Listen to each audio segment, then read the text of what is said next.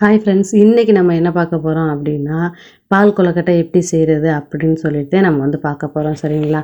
பால் கொழுக்கட்டைக்கு நம்ம வீட்டில் எத்தனை பேர் இருக்கோன்னு சொல்லிட்டு அதுக்கு தகுந்த மாதிரி வந்து மாவை எடுத்துக்கிறணும்.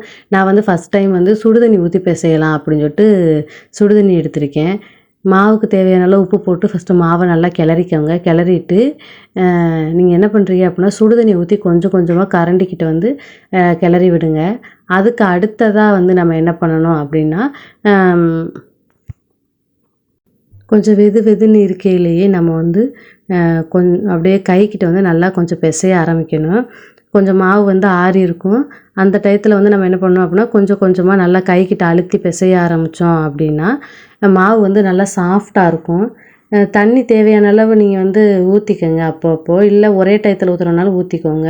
நான் வந்து 1 கப் அளவு மாவுக்கு 1½ கிளாஸ் அளவு தண்ணி எடுத்துக்கிட்டேன். ஏன் அப்படின்னா, நம்ம வந்து சூட்டோட பிசையல மாவு வந்து அரிசி மாவு வந்து நிறையா வரும். அதுக்கு அடுத்ததாக என்ன பண்ணணும் அப்படின்னா, உருட்டி எடுத்துக்கிறணும். உங்களுக்கு என்ன சைஸ் தேவையோ அது மாதிரி உருட்டிக்கோங்க. உருட்டிட்டு ஃபஸ்ட்டு தண்ணியை கொதிக்க வச்சு அதில் போட்டு வேக வைங்க.